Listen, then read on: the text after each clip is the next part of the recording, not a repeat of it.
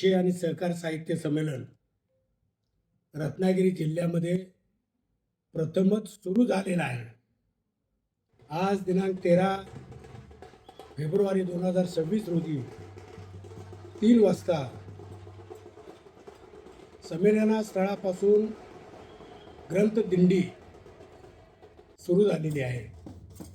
या ग्रंथदिंडीमध्ये कोकण दर्शन घडवणारे सर्व प्रकारचे लोकगीतं, लोकसंगीत, वेशभूषा या सर्व प्रकारांनी अगदी बैलगाडीपासून ट्रॅक्टरपर्यंत, वारकऱ्यांच्यापासून ते झांज पथकापर्यंत विविध माध्यमिक विद्यालये, वरिष्ठ महाविद्यालये याने भाग घेऊन ग्रंथदिंडी सुरू झालेली आहे. उद्या 14 तारीख सकाळी 10 वाजता उद्घाटनाचा कार्यक्रम होईल. या उद्घाटन प्रसंगी महाराष्ट्राचे उपमुख्यमंत्री माननीय आमदार एकनाथजी शिंदे साहेब, त्याचप्रमाणे माननीय आमदार उदयजी सामंत साहेब, मराठी भाषा मंत्री, पालकमंत्री रत्नागिरी आणि उद्योग मंत्री महाराष्ट्र शासन हे प्रमुख पाहुणे म्हणून उपस्थित राहणार आहेत. या कार्यक्रमासाठी पहिल्या सत्रामध्ये डॉक्टर सदानंद मोरे हे प्रमुख वक्ते म्हणून उपस्थित राहणार आहेत. त्याशिवाय या कार्यक्रमात आमदार भास्करराव जाधव, आमदार शेखरजी निकम, आमदार किरण सामंत हे सुद्धा उपस्थित राहणार आहेत. उद्घाटनाचा कार्यक्रम झाल्यानंतर पहिलं सत्र ग्रामीण साहित्यामध्ये कोकण या परिसंवादाचे अध्यक्ष हे सागर देशपांडे, जे जडणघडणचे संपादक आहेत, ते अध्यक्ष म्हणून राहणार आहेत. दुसरं सत्र आहे ग्रामीण साहित्य काल, आज आणि उद्या.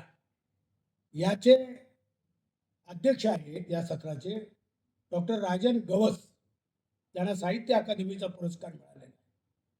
त्याचप्रमाणे ग्रामीण कथाकथनामध्ये आपण बऱ्याच वेळा ऐकलेलं आहे की दमा मिरासदार असो, शंकर पाटील असो किंवा व्यंकटेश माडगुळकर असो, अनेक ग्रामीण कथाकार आहेत. त्यापैकी एक आप्पासाहेब खोत म्हणून आहेत.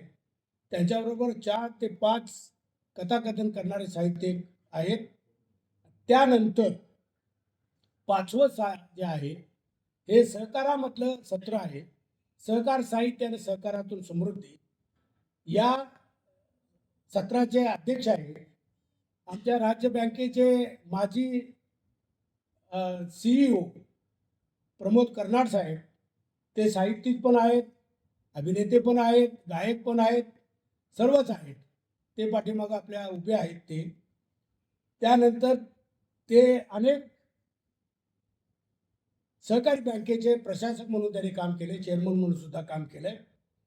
आणि भारतामध्ये बँकिंग क्षेत्राच्या विविध ठिकाणी प्रशिक्षणासाठी, लेक्चर देण्यासाठी सुद्धा ते जात आहेत. ते या सत्राचे अध्यक्ष आहेत.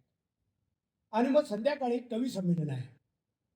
महाराष्ट्रातल्या कानाकोपऱ्यातून जे ख्यातनाम कवी आहेत ते या कवी संमेलनामध्ये भाग घेणार आहेत. दिनांक 15 फेब्रुवारी रोजी कृषी साहित्य आणि शेती सुधारणा यामध्ये डॉक्टर बाळासाहेब जमदग्नी हे अध्यक्ष आहेत. आणि शेखरजी गायकवाड, जे माझे आयुक्त आहे साखर, ते यामध्ये सहभाग घेणार आहेत. त्याचप्रमाणे आता जे राज्य बँकेचे प्रशासकीय अध्यक्ष आहेत विद्याधर अनासकर, यांची मुलाखत यमाजी मालकर म्हणून सकाळचे माजी संपादक आहेत ते घेणार आहेत. महाराष्ट्रातला अत्यंत महत्त्वाचा आणि ज्वलंत प्रश्न म्हणून शेतकऱ्याची आत्महत्या हा विषय आपण घेतलेला आहे. आता आत्महत्या थांबवूया याचे अध्यक्ष आहेत पद्मश्री पोपटराव पवार. पद्मश्री पोपटराव पवार यांचं गाव हिवरे बाजार म्हणून अहमदनगर जिल्ह्यामध्ये आहे. अत्यंत दुष्काळ, पाणी टंचाईचं गाव. पण आज त्यांनी पाणी अडवा, पाणी जिरवा आणि विविध योजनांनी ते गाव सुजलाम सुफलाम केलंय.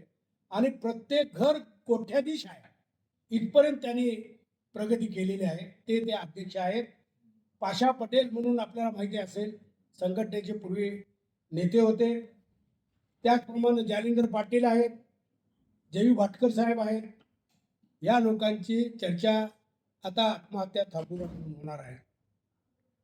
याबरोबर प्रगतशील शेतकरी महाराष्ट्रातले ज्यांनी प्रायोगिक शेती करून अत्यंत चांगलं उत्पादन आपल्या शेतीवर काढलेलं आहे, त्यामध्ये विलासराव शिंदे आहेत, ज्यांनी शेतकऱ्यांचा बांधावरचा माल घेऊन त्यांना सर्व ज्ञान देऊन एक्सपोर्ट करून आज 8 ते 10,000 कोटीचं त्याचा टर्नओव्हर आहे.